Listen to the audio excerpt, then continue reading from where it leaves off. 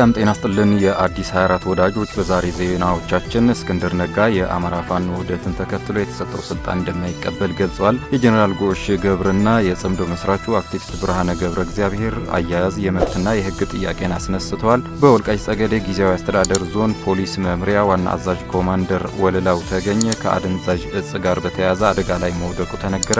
ኢትዮጵያ ከፓኪስታን ጂኤፍ-17 የተሰኘ የጦር ጀት ለመግዛት ንግግር ጀምራለች። ታዋቂው ቲክቶከር ጆን ዳንኤል ያለበትን የጤና ሁኔታ እነግራችኋለን። ዓለምን በሳቅ ያንቀጠቀጠው አልጄሪያዊ የሚም ንጉሱ ነቢል ሰቢቲ ማን ነው የሚል መረጃም እናስቃኛችኋለን። እንዲሁም ከዘመነ ስልጣን ትራምፕ ለመሸሽ ተብሎ የተሰየመ የመርከብ ጉዞ ለአሜሪካውያን ይፋ ተደርጓል የሚሉና ሌሎች መረጃዎች ይዘን ቀርበናል። የተከበራችሁ የአዲስ 24 ወዳጆች እስከ መጨረሻው ዜናችን ተከታተሉን። ሌሎች ዜናዎች እንዲደርሷችሁ ደግሞ ቻናላችንን ላይክ፣ ሼር እና ሳብስክራይብ አድርጉ። ወደ ቀዳሚው ዜናችን አለፍን። የጀነራል ጎሽ ገብርና የጽምዶ መስራቹ አክቲቪስት ብርሃነ ገብረ ገርግስ አያያዝና የመብትና የህግ ጥያቄን አስነስተዋል። ከትግራይ ከፍተኛ የሰራዊት አዛዦች መካከል አንዱ በቅርቡ ለእስር የተዳረጉት ብርጋዴር ጀነራል ጎሽ ገብረ ለእስር ከተዳረጉ በኋላ የትና በምን ሁኔታ ውስጥ እንዳሉ መረጃ የለንም ሲሉ ቤተሰቦቻቸው ገልጸው የነበረ ቢሆንም ትላንት አመሻሽ ላይ ለጥቂት ደቂቃዎች ከቤተሰቦቻቸው ጋር እንዲገናኙ ተደርገዋል።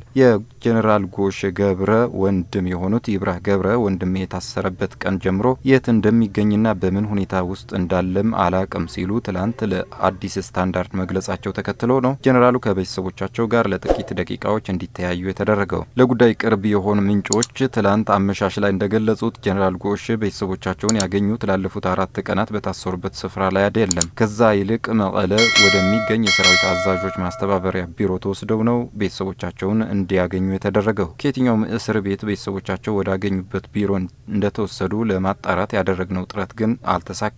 በትግራይ ሰራዊት የሰሜን ምስራቅ ግንባር ስር ከሚገኙ አርሚዎች መካከል አንዷ የሆነችውን የአርሚ 15 አዛዥና የነበሩትና የቀድሞ ፕሬዝዳንት ጌታቸው ረዳ ከስልጣን ከተነሱበት አግባብ በመቃወማቸው ለ1 ዓመት ገደማ ከአርሚ አዛዥነት ታግደው የቆዩት ብርጋዴር ጀነራል ጎሽ ገብረ ባለፈው ቅዳሜ ጥር 9 2018 ዓ.ም አመሻሽ ላይ ለስብሰባ ተጠርተው መታሰራቸውን ይታወሳል። ጀነራሉ ለእስር እንደተዳረጉ ይፋ ከሆነ በኋላ በማግስቱ እሁድ የክልሉ ሰላምና ጸጥታ በፌስቡክ ገጹ ባሰራጨው አንድ በእጅ የተጻፈ ጽሁፍ ጀነራሉ በእለቱ ፍርድ ቤት እንደቀረቡና ተጨማሪ ምርመራ ስለሚያስፈልግ ከ9 ቀን በኋላ ጥር 18 2018 ዓ.ም እንዲቀርቡ ቀጠሮ መሰጠቱን ሰነዱ ጠቁሟል። በዚሁ ሰነድ ላይ እንደተገለጸው ከሳሽ በሜጀር ጀነራል ማሾ በየነ የሚመራው የሰሜን ምስራቅ ግንባር ሲሆን በጀነራሉ ላይ የቀረበው ክስ ደግሞ አንደኛ ከጠላት ጋር መገናኘት፣ ሁለተኛ ሰራዊት በማፍረስ ተግባር ላይ መሰማራት እንዲሁም ሶስተኛ የበላይ ኃላፊዎች ትዕዛዝ መጣስ የሚል እንደሆነ በተሰራጨው የአንድ ገጽ ሰነድ ላይ የሰፈረው ጽሁፍ ያትታል።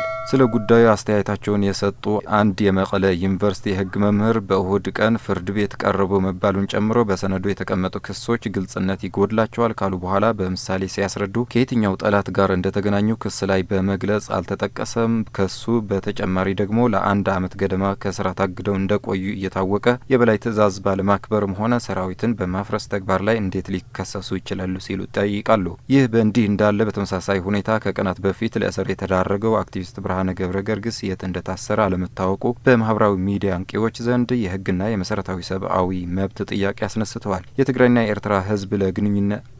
የኤርትራ የህዝብ ግንኙነት ወይም ጽምዶ መስራች የሆነው ብርሃነ የት እንደታሰረ ካለመታወቁ በተጨማሪ እስካሁን ፍርድ ቤት እንዲቀርብ አለመደረጉ በርካታ የማህበራዊ ሚዲያ አንቂዎች አስገርመዋል። ታዋቂው ቲክቶከር ጆን ዳንኤል ከቀናት በፊት በደረሰበት ድንገተኛ የጤና መታወክ ምክንያት በሕክምና ላይ መሆኑን ገልጾ በጸሎታቸው አስቡኝ ማለቱ ይታወሳል። አሁን በደረሰን ዝርዝር መረጃ መሰረት ጆንን ሲያሳቃየው የነበረው ህመም ማይግሬን የሚባለውና እጅግ አስቸጋሪ የሆነ የራስ ህመም እንደሆነ ታውቋል። ይህ ህመም ዝም ብሎ የሚመጣ ተራ የራስ ህመም ሳይሆን አንዴ ሲነሳ ለተከታታይ ቀናት ሰውን ከአልጋ የሚያስቀርና ማንኛው የብርሃንና የድምጽ እንቅስቃሴ ለመቋቋም የሚያስቸግር ኃይለኛ ስቃይ ያለው ነው ተብለዋል። ጆን በቆይታው እንደገለጸው ህመሙ በሚበረታበት ጊዜ ትልቅ ትዕግስትና ብርታት እንደሚጠይቅ ጠቅሶ በአሁኑ ሰዓት ግን በተደረገለት የህክምና ክትትል መሰረት በጥሩ የማገገም ሁኔታ ላይ ይገኛል። የህክምና ባለሙያዎች እንደሚሉት ማይግሬን ተገቢው ክትትልና እረፍት ከተደረገለት ሊገራ የሚችል ህመም በመሆኑ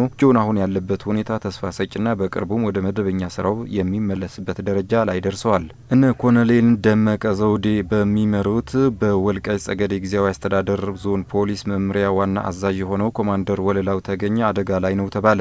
ከ11 ሚሊዮን ብር በላይ የሚገመት አደንዛዥ እጽ በተደጋጋሚ ሲዘዋወር ትላንትም በቁጥጥር ስር እንዲውል እየደረገ ያለው ሰው በወልቃይት ጠገዴ ጊዜያዊ አስተዳደር ዞን ፖሊስ መምሪያ ኃላፊ የሆነው ኮማንደር ወለላው ተገኘ አደጋ ላይ መሆኑን መረጃዎች ያመለክታሉ። ምክንያቱም በነ እሸቴ ደምለው ስር እየተዳደረ ያለው በወልቃይት ጠገዴ ጊዜያዊ አስተዳደር ዞን አስተዳደሩ በፌዴራል መንግስት በቅርቡ የሚፈርስ መሆኑ ቀደም ብሎ የተረዳው የዞን ፖሊስ መምሪያ ኃላፊ ኮማንደር ወለላው ተገኝ በሀሽሽ ዝውውር ወንጀል አልሳተፍም በማለቱ መሆኑ የደረሰን መረጃ ያመለክታል። አደንዛዥ እጹ ሀሽሽ በድብቅ በማዘዋወር በዶላር እየሸጡ ያሉት እሸቴ ደምለውና ራሳቸው የተከዜ ዘብ እያሉ የሚጠሩ ታጣቂዎች አዛዥ መሆናቸውን የሚታወቅ ቢሆንም ፌዴራል መንግስት ይህንን እውነታ እያወቀ ዝምታ መምረጡ ነዋሪዎቹ ማዘናቸውን ተገልጸዋል። ታዋቂው ጋዜጠኛና ፖለቲከኛ አቶ እስክንድር ነጋ በቅርቡ ውህደት ፈጥሮ በተመሰረተው የአማራ ፋኖ ብሔራዊ ንቅናቄ ወይም አፋብን ውስጥ ተሰጥቶት የነበረውን የፖሊት ቢሮ አባልነት እንደማይቀበልና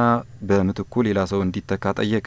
አቶ እስክንድር ይህንን ያስታወቀው ትላንት ጥር 12 ቀን 2018 ዓ.ም ለንቅናቄው ፖሊት ቢሮ በጻፈው ደብዳቤ ነው። በደብዳቤው ላይም የድርጅቱን መመስረት በደስታ እንደተቀበለው የገለጸው እስክንድር የታሪካዊ ድርጅት አካል በመሆኑ ክብር እንደሚሰማው ገልጿል። ሆኖም ግን በአዲሱ የውህደት ድርጅት ውስጥ በአባልነት ወይም በፖሊት ቢሮ አባልነት የመቀጠል ፍላጎት እንደሌለው በግልጽ አስቀምጠዋል። ኢትዮጵያ ከፓኪስታን ጂኤፍ-17 የተሰኘ የጦር ጄት ለመግዛት ንግግር መጀመሯ ተሰማ። ባለፈው ዓመት የፓኪስታን አየር ኃይል የህንድ ተዋጊ የጦር ጄቶችን መጥቶ ከጣለ በኋላ የፓኪስታን መከላከያ ኢንዱስትሪ የብዙዎች አይን ውስጥ ለመግባት ችሏል። ሮይተርስ እንደዘገበው ይህ ደግሞ ለፓኪስታን ትልቅ የገበያ እድል የፈጠረ ለመሆን በቅቷል። እንደ ዘገባው 13 ሀገራት የፓኪስታን ምርት የሆነውን ጂኤፍ-17 የተሰኘውን የጦር ጄት ለመግዛት የሚያስችል ንግግር እያደረጉ ነው። ንግግር እያደረጉ ካሉት ውስጥ ኢትዮጵያ፣ ሱዳን፣ ሳውዲ አረቢያ፣ ኢንዶኔዥያ፣ ሞሮኮና ናይጄሪያ እንደሚገኙበት የጠቀሰው ዘገባው ከግማሾቹ ጋር የሽያጭ ስምምነት ላይ መደረሱን አስረድተዋል። እንደ ዘገባው የፓኪስታን ጦር ኃይልና መከላከያ ሚኒስትሮች እያደረጓቸው ስላሉት ንግግሮቹ ዝርዝር ማብራሪያ ለመስጠት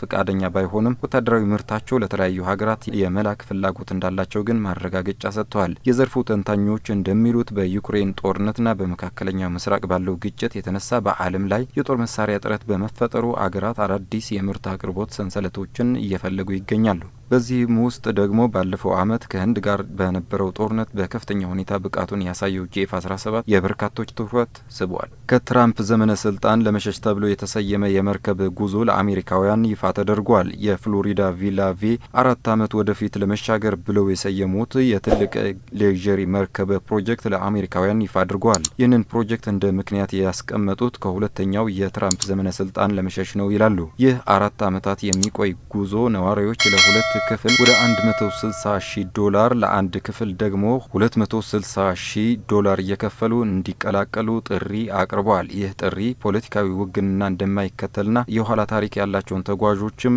ክፍት መሆኑን ቪላቬ ገልጿል። ትራምፕ ከተመረጠ ከዚች ሀገር ለቀን እንወጣለን ለሚሉ ብቸኛ አማራጭ ነው ሲልም ለፎክስ ኒውስ የተናገረው ዋና ስራ አስፈጻሚ ሚካኤል ጉዞው ለ1 ለ2ና ለ3 ዓመታት የሚል አማራጭ የያዘ መሆኑንም ታውቋል።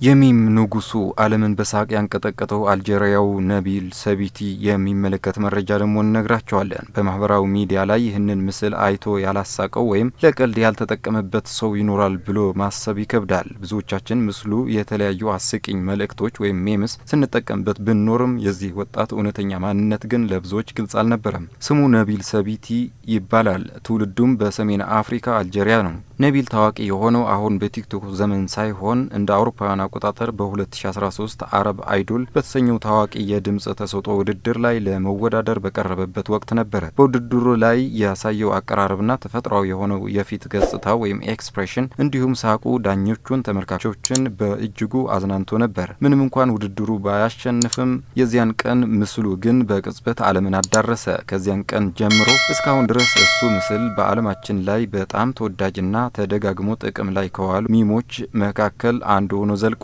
ነቢል ዘፋኝ ባይሆንም በፈገግታውና በልዩ አገላለጹ ግን የኢንተርኔት ንጉስ ሆኖ በታሪክ መዝገብ ሰፍረዋል። የተከበራችሁ የአዲስ 24 ወዳጆች ዜናዎቻችን እነዚህ ይመስሉ ነበር። ሌሎች አዲስና ትኩስ መረጃዎች እንዲደርሷችሁ ቻናላችንን ላይክ፣ ሼር እና ሳብስክራይብ በማድረግ ቤተሰብ ሆኑ። መልካም ጊዜ